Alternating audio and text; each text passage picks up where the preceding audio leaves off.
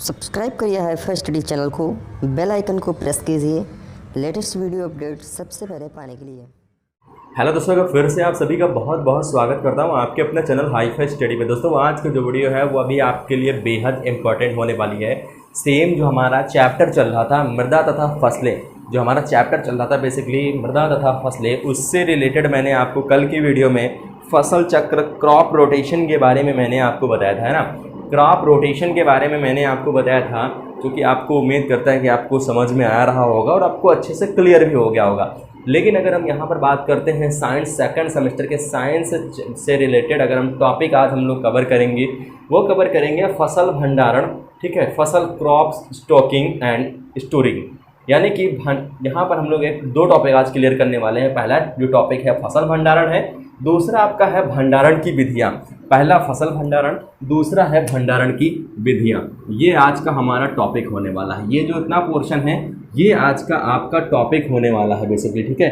तो क्या होने वाला है, सबसे पहले हम लोग देखेंगे फसल भंडारण, क्रॉप स्टॉकिंग एंड भंडारण की विधियाँ। दो टॉपिक आज हम लोग यहाँ पर क्लियर करने वाले हैं। अच्छे तरीके से समझ के चलिएगा आप लोग। अगर हम यहाँ पर बात करते हैं दोस्तों भंडारण क्या होता है, फसल भंडारण किसे कहते हैं, फसल भंडारण होता क्या है, तो आपको होना चाहिए, आपको एक चीज़ पता होना चाहिए कि फसल भंडारण के पश्चात जो है, देखिए फसल उत्पादन हुआ, फसल का उत्पादन हुआ तो उसे हमें भविष्य में खाने के लिए या भविष्य में उससे धनार्जन के लिए या भविष्य में उससे अनेक उपयोगों के लिए हम उसको भंडारित करते हैं। ऐसा नहीं है कि आज पैदा हुआ, आज हमने उसको खा लिया, कल हमारा क्या होगा। धान गेहूँ हर एक चीज़ को हम लोग पटसन में, बोरियों में, और उसको क्या बोलते हैं, एक और होता है बॉक्स टाइप में होता है, नाम नहीं याद आ रहा, ठीक है, डेलिया कहते हैं उसको। जी हाँ, डेलिया कहते हैं उसको। उसमें हम लोग भंडारण करके रखते हैं। किससे बचाने के लिए, वो मैं अभी आपको आगे बताऊंगा, ठीक है। उसको भंडारण के लिए रखते हैं। किसके लिए रखते हैं, हम आगे खाने के लिए रखते हैं या आगे उसको बेचने के लिए रखते हैं, बेच के धनार्जन के लिए या अन्य उपयोगी चीज़ों के लिए उसको हम लोग भंडारित करके रखते हैं। अब बात आती है दोस्तों, भंडारण के दौरान फसल को नष्ट करने वाले दो कारण उत्तरदायी हैं।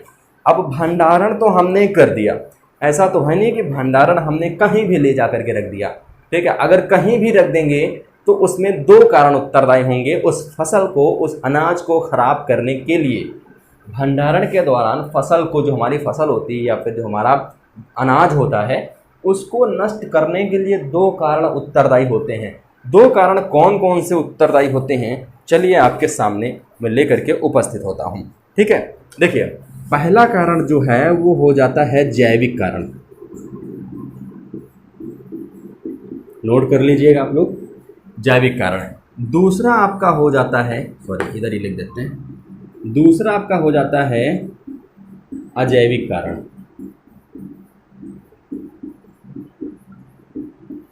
जैविक कारण में आपके क्या आते हैं, जैविक कारण में आपके कीट आते हैं, चूहा सबसे बड़ा कारण है इसका।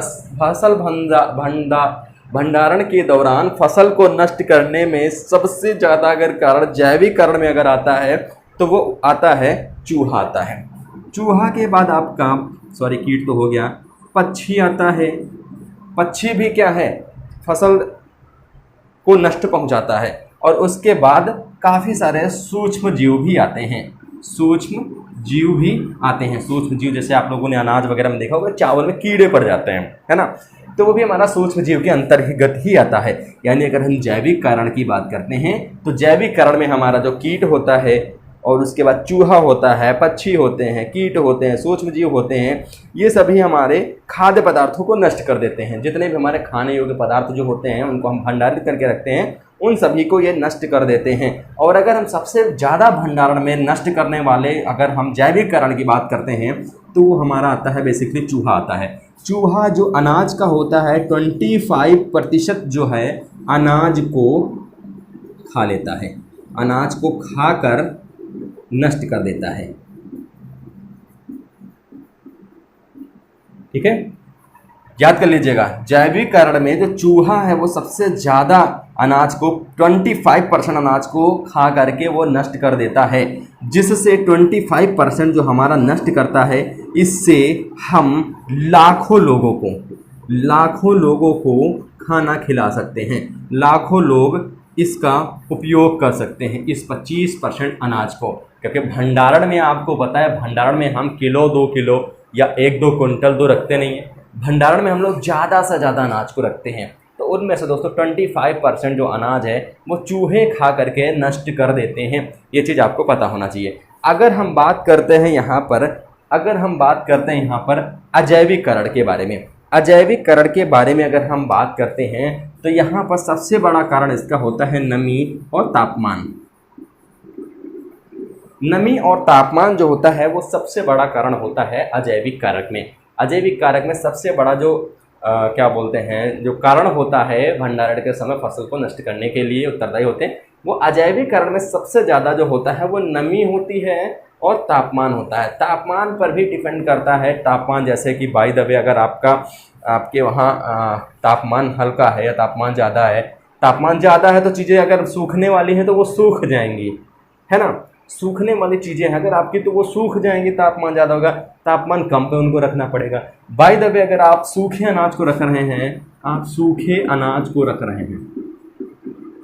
क्लियर, सूखे अनाज को रख रहे हैं तो उसमें सबसे बड़ा कारण होगा कि अगर उसमें नमी लग गई, नमी के बाद फफूंद लग जाता है, फफूंद के बाद वगैरह वगैरह करके और धान जो हमारा अनाज होता है वो नष्ट हो जाता है, ख़राब हो जाता है ना। और धान गेहूं, अगर हम गेहूं की बात करते हैं तो गेहूं में एक चीज़ और मैं आपको बताना भूल गया। जैविकरण में जो घुन होता है ना, घुन होता है, वो भी क्या करता है, गेहूं को क्या करता है, वो खा लेता है, वो आटा बना देता है। बिना चक्की में ले जाए वो पहले ही आटा बना देता है, खा लेता है, वो भी होता है, ठीक है, सबसे बड़ा कारण। लेकिन सबसे बड़ा कारण अगर हम बात करते हैं 25% की इसमें, तो इसमें सबसे बड़ा कारण जो होता है वो चूहा ही होता है, जो कि नष्ट कर देता है। चलो घुन की अगर बात करते हैं तो घुन पूरी तरीके से नहीं खाता है उसको, तब भी हम लोग उसको धो के उसकी पिसाई करवा देते हैं गेहूं की, और रोटी हम लोग खा लेते हैं। लेकिन चूहा जो होता है वो पूरी तरीके से नष्ट कर देता है, पूरी तरीके से वो नष्ट करके और खा लेता है, ठीक है, क्लियर। चलिए देखिए, मेहनत आपको करनी पड़ेगी, मेहनत आप करते रहिए, बिल्कुल भी टेंशन मत लीजिए। मेहनत में कोई भी कमी मत छोड़िए, आप लोग मेहनत को करते रहिए, ठीक है, मेहनत को करते रहिए। मेहनत में कोई भी आपको कमी नहीं छोड़ना है, कुछ भी हो जाए मेहनत आपको अच्छे से करते ही रहना है, ठीक है। जैसा कि आपको पता होना चाहिए, मेहनत करने से आप क्या करेंगे, आप मेहनत करेंगे, अच्छा परिणाम अच्छा होगा तो आप अच्छे जॉब ही आपकी लग सकती है, मेहनत पर डिपेंड करती है। अगर हम बात करते हैं यहाँ पर कि हार और जीत आपकी सोच पर निर्भर करती है। अगर मान लिए तो हार, और अगर ठान लिए तो जीत ही होती है। उसके बाद अगर हम यहाँ पर बात करते हैं दोस्तों सूखे अनाज के बारे में, मैं आपको बता रहा था, नमी जो है उसको खराब कर देती है, ठीक है।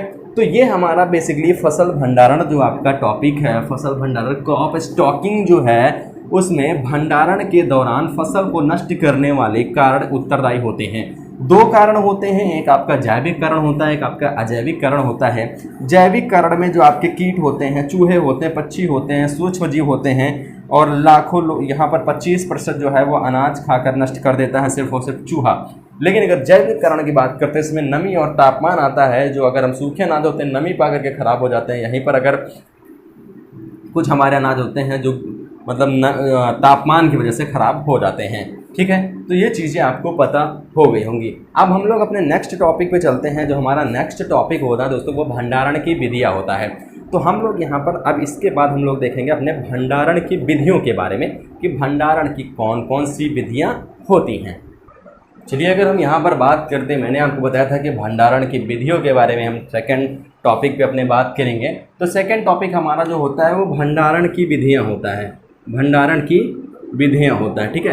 तो भंडारण की विधियाँ बेसिकली जो होती हैं वो 2 प्रकार की होती हैं। कितने प्रकार की होती हैं?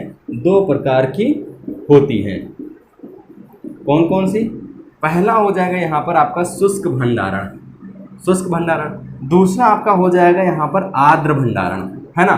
शुष्क भंडारण क्या होता है? आर्द्र भंडारण में क्या रखते हैं?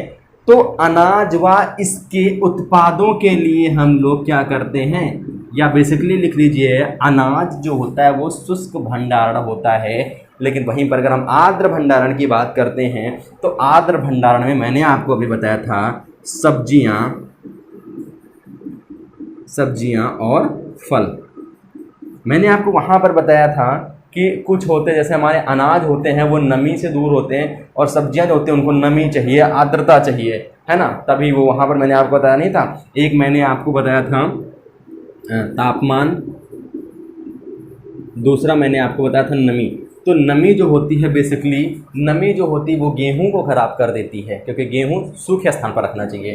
तापमान जो होते हैं वो सब्जियां फलों को ख़राब कर देते हैं, क्योंकि इनको नमी चाहिए होती है। तो एक दूसरे के विपरीत होते हैं। ये चीज़ मैंने अभी आपको उधर बताई थी, ठीक है। अब बेसिकली यहाँ पर जो भंडारण की विधियाँ होती, कभी कभी ये भी पूछ लिया जाता है आपसे कि भंडारण की कितनी विधियाँ होती हैं, उन विधियों के बारे में लिखिए। तो उनमें बेसिकली आपको यही लिख देना है, बस बाकी कुछ नहीं लिखना है। तो भंडारण की जो विधियाँ होती हैं बेसिकली वो 2 प्रकार की होती हैं। कौन कौन सी होती हैं? पहले आपकी शुष्क भंडारण हो जाती है, दूसरी आपकी आर्द्र भंडारण हो जाती है। शुष्क भंडारण में हम लोग जितना भी अनाज आता है या उससे रिलेटेड जितना भी आता है उसको हम रखते हैं, और आर्द्र भंडारण में बेसिकली हम लोग सब्जियां और फल रखते हैं। इसके बाद हम लोग देखेंगे दोस्तों एक अच्छे भंडार गृह जो होता है, एक अच्छे भंडार गृह में कौन कौन सी अच्छाइयाँ या कौन कौन सी किस प्रकार के संसाधन होने चाहिए जो अच्छे भंडार गृह कहलाते हैं या अच्छे भंडार गृह होते हैं। उनमें क्या क्या अच्छाइयाँ होती, कहने का मतलब है, या फिर एक अच्छे भंडार गृह के लिए क्या क्या आवश्यकताएं होनी चाहिए उसके बारे में मैं आपको बताने जा रहा हूँ। देखिए बेसिकली जो भंडार गृह में जो मतलब भंडार गृह जो होते हैं, एक अच्छे भंडार गृह की पहचान कैसे करेंगे या एक अच्छे भंडार गृह की आवश्यकता में क्या क्या चीज़ें होनी चाहिए उसकी विशेषताओं के बारे में मैं आपको बताने जा रहा हूँ। उसकी विशेषताओं में अगर हम सबसे पहले अपने बात करते हैं, सबसे पहले पॉइंट की अगर हम बात करते हैं, जो भंडार गृह में पक्के व साफ सफाई यानी पक्के मकान होने चाहिए। भंडार गृह हमेशा पक्का होना चाहिए, कच्चा नहीं होना चाहिए, टीन न रखी हो। मतलब हमेशा क्या होना चाहिए, भंडार गृह जो होने चाहिए वो पक्के व साफ सफाई होने चाहिए, यानी साफ सुथरे होने चाहिए। ऐसा नहीं है कूड़ा वहाँ पर लगा है, वहाँ पर कोई सब्जी खराब हो गई तो वो उधर लगी है, उधर वो लगा, उधर आलू सड़ रहा है, ऐसा नहीं होना चाहिए। दूसरी बात, हवा और पानी से सुरक्षित होना चाहिए। ऐसा नहीं है कि रूम कोई है बना है खुला है और बारिश हुई तो झमाझम बारिश झमाझम झोंकों के साथ और रूम के अंदर जा रही है और हमारे फल सब्जियां जो रखी हुई भंडारित की हुई वो खराब हो रही हैं। ऐसा भी नहीं होना चाहिए, उनसे सुरक्षित होना चाहिए। हवा से क्यों सुरक्षित होना चाहिए? कोई हमारी सब्जियां हैं वो उनमें हवा लगेगी, नमी मतलब अगर सूखी हवा लगेगी तो वो सूख जाएंगे। कीट रोधी दवाओं से साफ करना चाहिए, यानी भंडार गृह को जो कीट रोधी दवाएं होती हैं, कीट रोधी दवाओं के बारे में आपको अच्छे से पता है, ठीक है। तो कीट रोधी जो दवाएं होती हैं उनसे अच्छे से जो भंडार गृह है, जो रूम है जहाँ पर रखा जाता है साफ अनाज वगैरह को, फल सब्जियों वगैरह को, उनसे बराबर साफ करना चाहिए। वेंटिलेटर की व्यवस्था भी होनी चाहिए। वेंटिलेटर कहने का मतलब एग्जॉस्ट आप लोगों ने सुना है, जो कि गर्म हवा को बाहर करे।